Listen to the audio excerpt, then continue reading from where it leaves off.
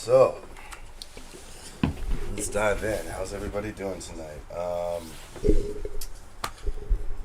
You know what it is. I'm your host, Eric De Simone. We are live with Sex, Drugs, and Hospitality, episode 3. I got the captain here, Ben Williamson. How's it going, everybody? So, you guys have seen a few episodes. The first was diving into some of the darkness and some of the things we have to deal with in this industry. Second episode was we had our first guest, and we were going off the top and just really trying to figure this thing out and learn about one of our peers in this industry. And this episode, I want to lean a little more into some of the positive aspects of the service industry. That meaning, yes, there's a lot of negative vibes in the industry, and a lot of faces a lot of scrutiny and a lot of issues. But what I failed to talk about is what really led us there and why we really stay. Is it as dramatic as we know nothing else and it's all we can do? I don't think so, because the majority of people I know in the industry are very skilled, very artistic, and are able to do many, many, many things that could make them money. So that being said,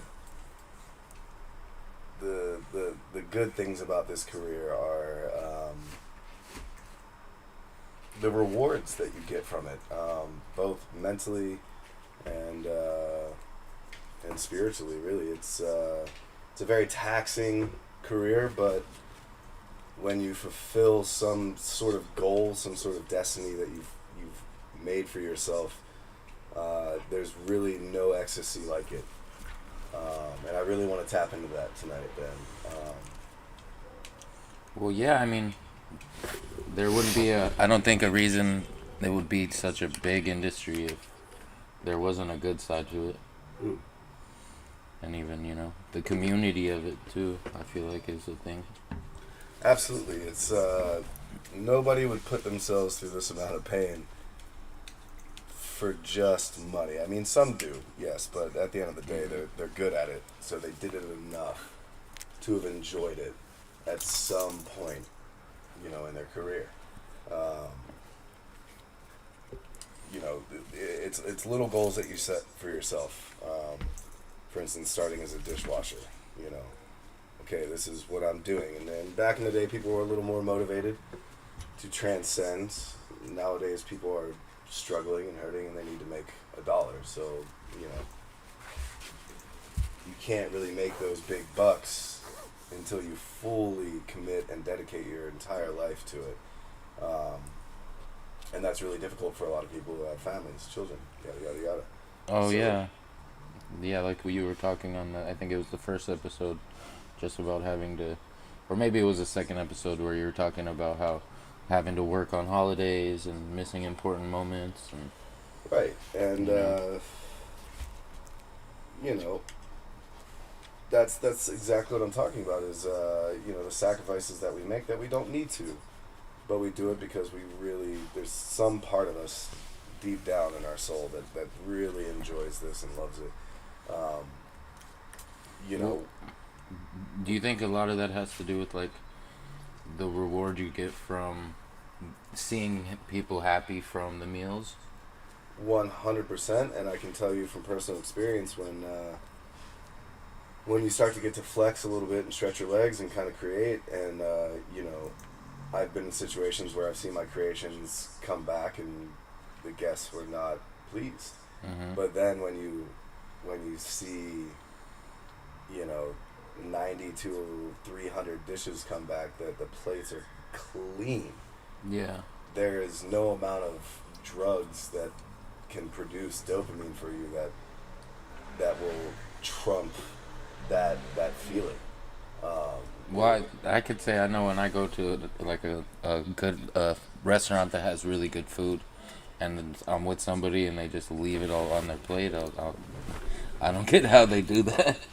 No, and It's almost disrespectful. it is, but also, it's up to us to make sure that that doesn't happen. And if there's a lack of, exactly what I'm talking about, if there's a lack of love or passion or duty to your career path, these things happen. And as you said, and as I've witnessed, we've seen this happen time and time again. But most importantly, when it doesn't happen and the opposite happens, it's profound. And a few other things with that. You don't accomplish that sort of success without the ultimate like pressure, and there's this dance that happens, which I've spoken about briefly, but once the entire restaurant is in unison, not just the kitchen. The front is for the house. It usually begins with the kitchen because, when those tickets start getting fired, it's up to us to keep the pace, right? Yeah. If we can't perform, then it all crumbles. But when you see an entire restaurant that is burning 400 covers a night, all synchronized, all in unison, it's magical. It's like a flash mob. This random thing, this random event happens, and you see people just step in and start dancing. It's very much like that when you have a very successful night in a very busy restaurant. So we can't stray away from that, and that, as I said, it doesn't expel the front of the house when they're doing that dance with us, and the bar is doing their dance, and the dish pit is doing their dance. It's remarkable, and we feel that, and then we celebrate after, and then then the pain comes the next morning. So with that, it's where do we take that, into the future? The industry is shifting, as we all know. It was happening pre-COVID, and then COVID really shook it up. And now, we're losing our mentors. We're losing the OGs that really put an imprint on this industry. Not just back of the house again, like management, all of them. We've kind of lost that structure, and we're trying to rebuild it. And a lot of it being from stuff such as mental health and drug addiction and the bad side of it. Yeah, that's what created this like violent, scary, intimidating, force that we stepped into knowingly, but as we've talked about, that's kind of what pushed a lot of us, millennials into this industry. Was being born in the early 90s or the very late 80s. There was a very weird thing happening, where the generation, rock stars in the kitchen. Yeah, the generation prior to that, people had to deal with a crazy amount of stress. We're talking about people whose grandparents were in World War II, and then their parents were in Vietnam, and all the many wars that happened between the 70s to the 90s, right? So a lot of damaged people, and a lot of people trying to find somewhere to place that. And the millennials were kind of the ones to be like, nah, I can get it without you forcing me to get it, and I'm gonna prove it. Yeah. So we're now seeing the evolution of that, turning into these kids that were living this way finally advancing in their careers and becoming the leaders that are going to pave the way for the future. It's very important what's happening right now. Well, even I feel like a lot of the chefs now are finding newer ways to make it more profitable and give them more time and still have something where they do what they love, like with this all the shows on the internet and stuff like that, or even people just going and starting their own pop-ups with all the smash burger stands and taco spots, and they're killing it. They're crushing it. They're doing, they were forced into it, exactly. And it's almost like therefore they were forced into something that might end up being better for the rest of their life. Either that or a complete bust, Yeah, that's true. But the fact is that they're not scared because they're confident in their abilities from learning from their predecessors to now training people, and they're. I'm telling you, like my generation growing up in the kitchen, I saw a lot of tired, stressed out, overworked chefs. Now we're definitely. And don't take the word sensitive, lightly or improperly. It's we have created a new identity for the kitchen where being sensitive and being emotional and being in touch with your spirituality and your own feelings is acceptable. Whereas in the one I came up in was not. You had to holster that shit. Yeah. Which is what dives into sex addiction, drug addiction, and all that. But the newer generation hospitality addiction. Yeah, hospitality addiction. The new generation is removing itself from that, and it's definitely a good thing. It is, and step in the right direction. It's one of the things I wanted to bring up is lately in the last 5 years, I've been in and out of recovery for a very long time, since 2012, I think. I've worked honest programs, I've worked no program, and it's making me very happy to see the willingness of this younger generation in the kitchen, being like, no, I'm not gonna go to the bar, I'm gonna go home and read some books, play some games, and come to work right tomorrow. And even the ones that are struggling to do that successfully, they're still trying. We never tried that.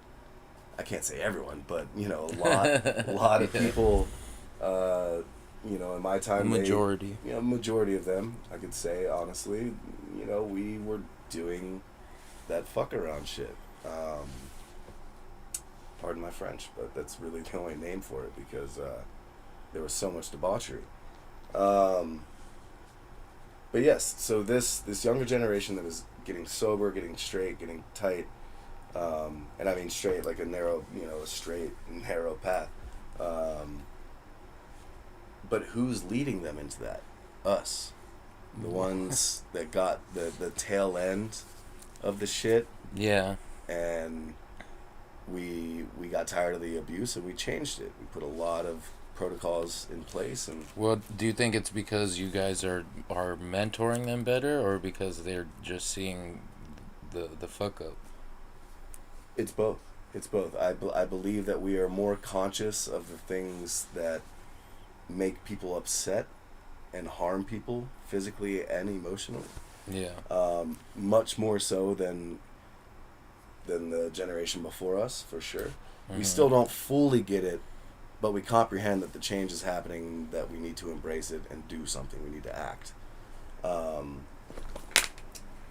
on the flip side, yeah, of course, myself and many others that I know, still there's a certain point, a tipping point, where we snap and we react. I can't speak for everyone, but I've seen it still to this day. And that gets dealt with very quickly. But these are the things that the generation after us are witnessing, and it's ugly.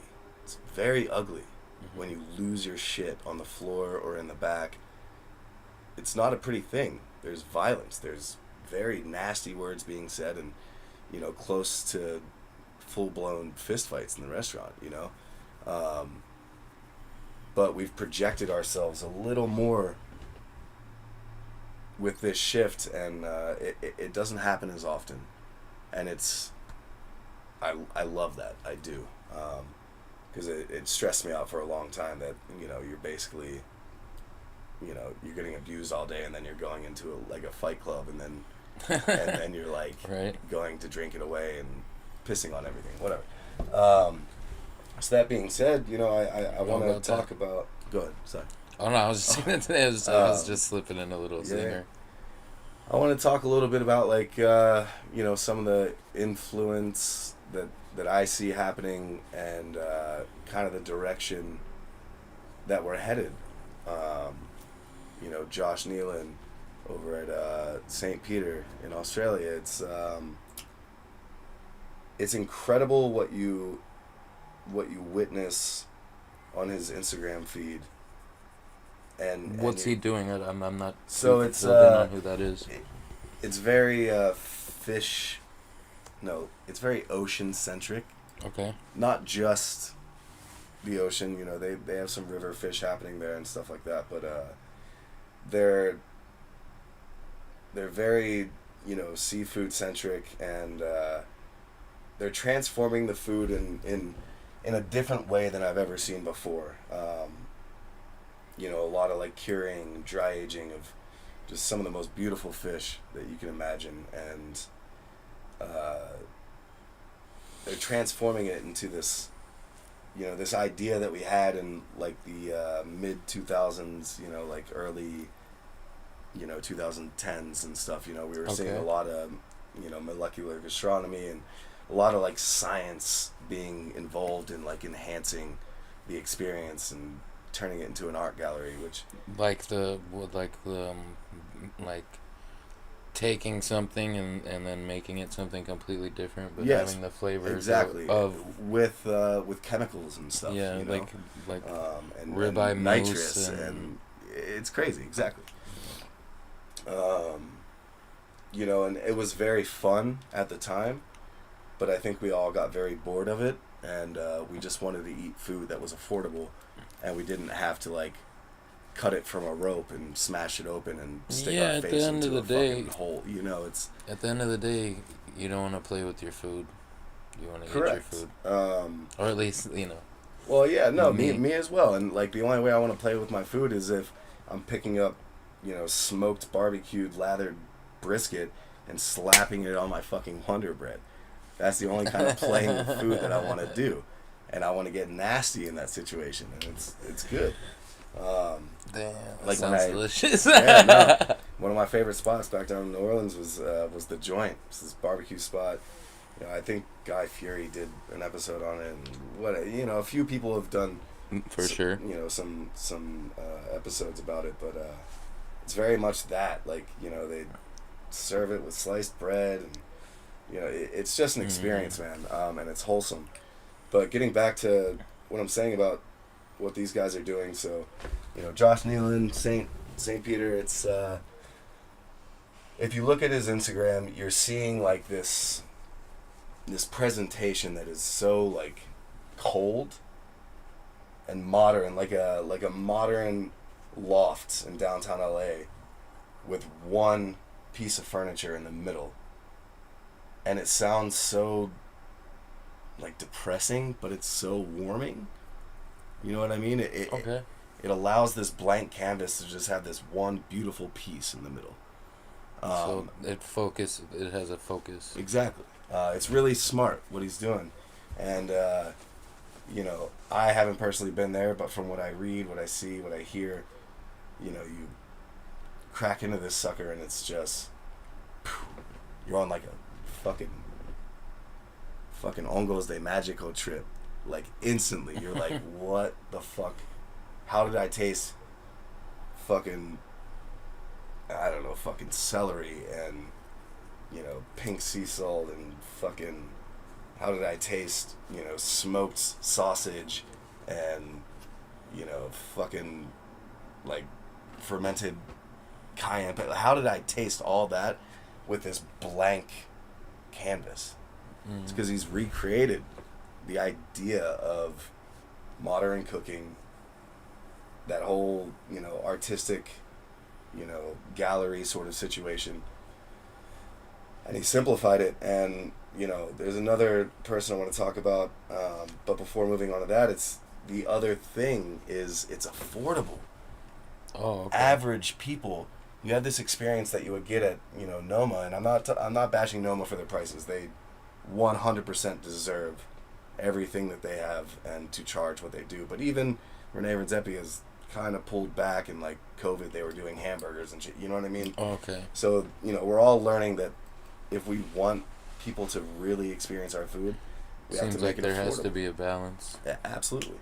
So you're getting this in such a way that it's desirable and affordable, and it's beyond, you know, the average human's perception of what you can do with food. And another example is, you know, one of our own from LA, Saul Nong at the Dutch's Ojai, and one of my old peers / cooks at Bavel. He went out there to help, you know, sustain, create, and fucking explode out there. And you take what they're doing. You know, I watch videos of them every single day of the week, and they have farms, and they have like these beautiful fire pits outside, out in the open, and you know, everything's just from the land, from the heart, from the hearth, from the fire. And they're doing things that you would see in earlier years.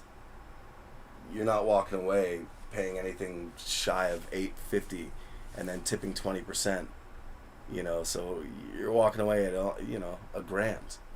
But they're doing it in such a classy way and being so honest that it's affordable. You can go in there, you know, after a 5-day work week, making anywhere from $50 to $70K a year, and you can enjoy a good meal without like freaking out, without killing your bank account, you know.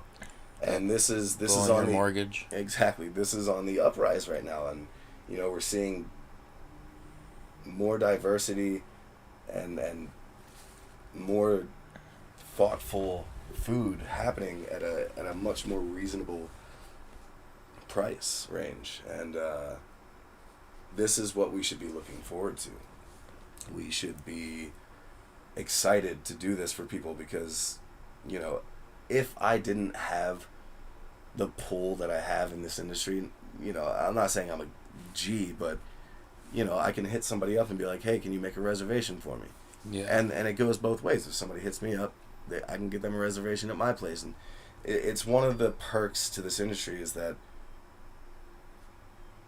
as long as you haven't completely shit on the industry and you haven't done really horrible things, you can always kind of get like this footing, this position when you want to go out to eat in situations where you could never afford it. Oh yeah, definitely. And you know, to say that it's not expected is a lie. We all expect it, and we all get a little upset when it doesn't play out that way, right? But when it does happen, you're sitting in the best seat, surrounded by the most money in the city, and they're looking at you like, who the fuck is this person? And it's like our one like moment to like flex and to shine and be like, yeah, look at me. And we all want to say, oh, I don't care about that. But when you have a whole room looking at you out of jealousy and near spite, it feels good. It feels a little good.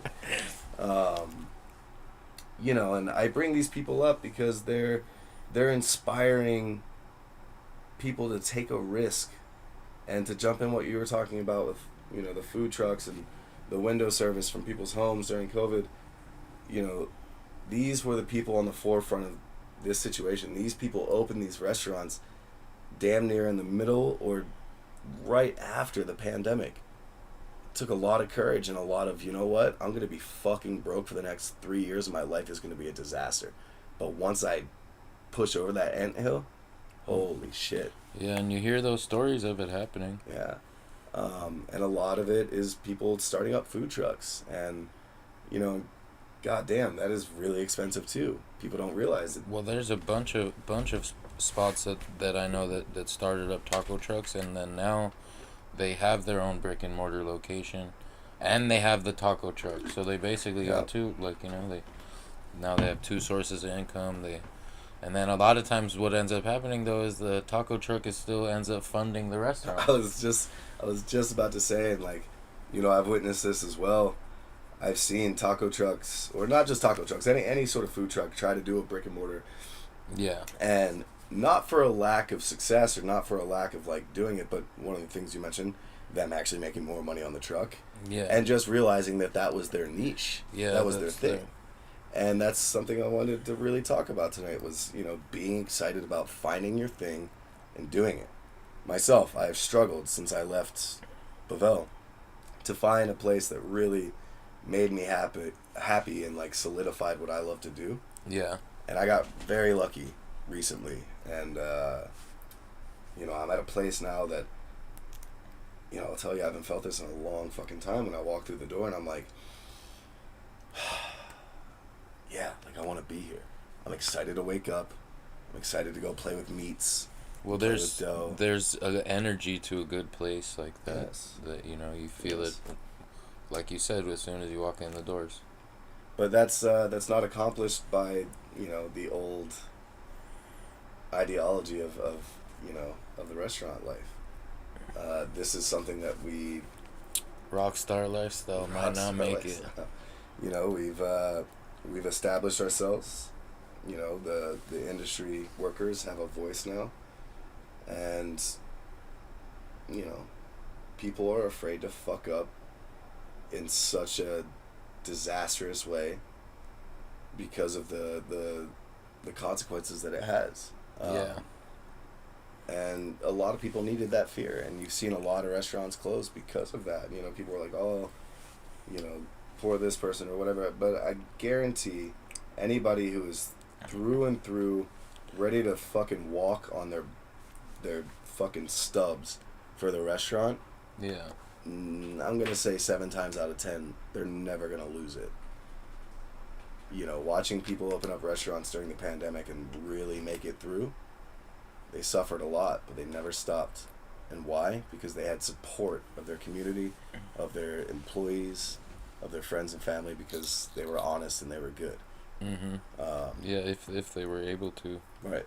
make it, it was usually because of that, because Yeah. the loyalty. Exactly. So, with that being said, what are some of your goals coming from being in this new restaurant? What are you planning on doing with that, and Oof. taking that to like past that and for yourself? Yeah. I mean, obviously, So that's with doing this podcast, I think that's one thing that there's a lane for. I'll tell you, I was on the brink of pure insanity and being on the streets because of my decisions, my actions, my negligence. This place, the universe always does this to me. It'll take away everything because of my actions. Yeah. The energy you put out is what you get back. We all know this. Yeah, it always comes back to it usually being you. But it always takes right until that last little thread, and then it's like, okay, here, let me try this one more time. Stand up, dust off, jump at it. So for me, the difference is, and my goals with this place, very simple. I used to always say in interviews and whatever it is, stages, tastings, oh, my goal is to open up a restaurant, little 12-seater, blah, blah, blah. No, that's not my goal anymore. My goal with discovering this place and this situation, I was given an opportunity to remove myself from toxicity, and I have an opportunity to clean my mind, my body, my spirit, and start like fixing the things that I have destroyed. And the only goal that I have right now in this place is to just wake up and do the job and not come home fucked up. I can't tell you a goal outside of that. Yeah, I have dreams. But my goal right now is to just fucking go to work and show my skills, show my loyalty, and just be I don't want to say silent, but just way less of So what I just used basically to be. just focus on the day to day right now Yes. and make sure You that know, start with a day and then yeah, maybe you could think about a week in a little exactly. Day by day. Just surviving it and just being committed and, just getting back to that routine. That's it. I can't ask for more than that right now because it would be very selfish. And I've already done a lot of selfish shit in my life. So, I think I've reached like a real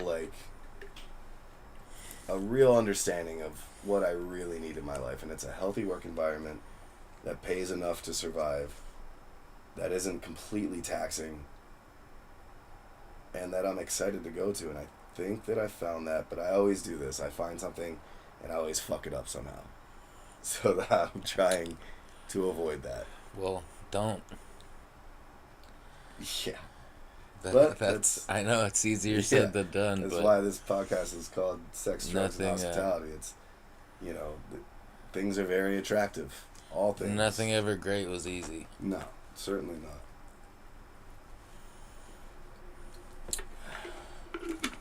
So, with that, you said, was there anybody else you wanted to shout out? Because I think I low-key interrupted you wanting to find out about you, but I think you were in the middle of No, yeah, I just shouting out a couple people that you respected for what they did. Yeah, no, it's, I know I've talked about him before, but, Chef Ori of Pavel Bestia opening up Safi's, which I haven't been to yet because I'm just terrified to look into his disappointed face of me. Oh. Do you not want to get into that? Not so much. I want this to be a bright episode. No. Okay. Tune into future episodes. Yeah. No, just like shout out to like all those cats. They're really finding their groove, finding their way, and they dealt with a lot of things over the past couple of years, and I was part of one of the situations happening there, and just shout out to all my people that are fucking really fucking chasing it and like really broke down those walls. There's a lot of insecure people that were afraid to like speak through their food, and now they're doing it and they're fucking killing it. Yeah, Okay. that's it. So we got just focus on the day to day.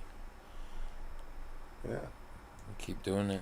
That's it. I mean, that's all we have. It doesn't always have to be so dark and dreary, and it will be. But if you don't enjoy what you do, then get out of it. And if you do, and you realize you're gonna struggle, just fucking do that. Well, you wouldn't appreciate the day if it was always night. No, absolutely. Yeah, no. Until next time. Gonna try to be bringing some guests on in the next few episodes and really cracking into understanding who people are, where they come from, what they're about, and where they're heading. So shout out to Ben. He's tagged in here, and check me out at Day Salami, at Day_Salami SILAMI. I'm going to be posting some stuff in the near future. I want you guys to see and get excited, and I really want people to be excited about coming in here and chatting with us and really just creating a safe space to be honest and to be open. Yeah. Is there any future ideas that you want to, maybe, I don't know, if anybody, feel free to leave some comments about things that you think we should have in the show, special, I don't know, lists or ideas, or Yeah, if we want to show some, maybe we can get into some actual food stuff, like Yeah, some cooking stuff, add some like cooking I know that this behind is the scenes type things. This is really based around the whole thing, but also, you know, I'm the host and I'm a chef, and I love this shit. So we could definitely crack into some cooking. A lot of things involved in this. Yeah, definitely the guests. It's gonna be good to hear, just what their opinion is on some of the topics that will be ran throughout the shows, and it should be a every Tuesday thing. That's the plan right now. Every Tuesday, between 8 and 9 o'clock. So this one a little shorter episode than usual, but when we have a guest, you know, I think actually the last episode was like an hour and 20 minutes or something. Little, so you know, and it's a little. So we're easier. gonna try to do about an hour usually, I think. Yeah, about an hour, and you know, it's free range. Whatever we want to talk about, whatever ideas we have, you know, let's talk about it. We all have something to share, something to say, and a lot of talent. So holler at us. Let's do it. Yeah, go back and watch the first 2 episodes too. They were really good. We got a lot of good input from so far. We'll be having some other guests, and then I think too some of the guests it doesn't even necessarily have to be from the industry. It could just be on you know, other people's views on that side of it too, because some people don't know that, you know. Yeah, or even like you know, spouses. Oh, that's not a bad. That's not a bad friends idea. of people in the industry. Yeah, definitely having somebody, or even, you know, I think even like bartenders. I mean, I feel like that would still be considered in the industry, but considering they make the most money for restaurants, you know. So I can definitely get some people in, some bartenders in here, and you know, might even have some rappers and some graffiti artists, and it's all relative. All kinds of people. We're gonna be doing all relative. A bunch of things from this couch, and probably upgrade it soon. Get some more cameras, get some more angles. We're probably by the next episode we'll have a little intro to add to this. So maybe we can film something in the next couple of days for that. Yeah, so, you know, throw out some ideas, whatever you guys want to see, whatever you want to hear. We're here for it. You know, maybe this is some behind the scenes conversation, but I'm just trying to add some minutes to the episode. What are we at right now? I think we're maybe close to 40 minutes. Okay. As long as it's above 30. Yeah, it's at 39 right now. You know, no, after talks are good. It keeps, you know, shows who we are and what we're doing. You know, it's not always so. Yeah, no. Speaking of the brighter side, I want to shout out the homie Steve-O that's getting married. He's a bartender, and I'm gonna be at his bachelor party this weekend. Should be pretty wild. So next episode there should be some stories. Yeah, I'll have at least one good story to tell about some you know, chaotic nonsense. And everybody's gonna leave me on my birthday weekend. That's what he said last weekend when we went out with him. Yeah. What are we doing? So what's the actual day? What it's September 15th. Yeah, that's Thursday. Okay, it's Thursday. It's crazy. Okay, so we'll have to do something. Yeah. We'll have to do something Thursday. So everybody, I want you to hit him in the DMs and wish him a happy birthday. Get out of here. I don't even think that many people love me anymore. But they'll be at my funeral. That's sure. Is that the hospitality part, or is that the sex and drugs the hospitality part? Because they know my funeral is gonna be lit as. Yeah. You know, so. No. Well, shit, you could hit me in my DMs too. Should we shout out? Poor side, it's Jake. Oh. Shout out who? Who do you want to shout out? Our most recent loss. You know, I didn't know of him too well, but. Oh, there's the thing. I don't. Yeah, well, definitely it's a new loss, so definitely rest in peace. You know. Oh, that's something I wanted to crack into. Wow. Okay, see, so. Okay. Let's talk about it. Rest in peace, PNB Rock, though. That's right. Yeah. It's funny that we conclude with this, and we started with it being a positive thing. But I think, oh yes, I meant to speak about this with the, the influx of sobriety in the industry is, I think people finally have had enough loss in the industry. Okay. I've seen a lot. We've witnessed a lot of people in the industry in the last 2 years. Just in the world in general. For sure. But I it just seemed like it was week after week after week after week. And that's what we're trying to do here is like, the direction that we're headed. I think these changes need to happen, and we're tired of losing our sanity and losing our friends. Yeah, I don't think it needs to be more of a industry of just mental health being okay and it being okay to talk about it. Yeah. I feel like in a lot of industries, but especially in the restaurant industry, you're too busy to even like talk about your emotions, and they were talking about some of that last week. Too busy to grieve. Too busy to. Yeah, you gotta worry about the next plate. Yeah. So anyway, let's shout out to all. Don't be afraid to reach out. Yeah, we're all struggling, and talking. It helps from taking that next step. It's helped me for sure, and this podcast is helping me. It's keeping me occupied, and it's allowing me to have like an outlet and a voice be heard. I don't know if I want to rap, if I want to be in a metal band, if I want to play acoustic, but this is a thing that I am sure of. It's finally like a platform for me to. Well, I think it's good too with it because you have to be consistent for it to even be anything. Yes. So and with consistency, you start being like, okay, cool, and then you start seeing consistent growth, and it makes you want to be more consistent, and then you're focused more on something that's making you happy, that you don't have to resort back to those false happinesses. I think would be the best way to say it. Yeah.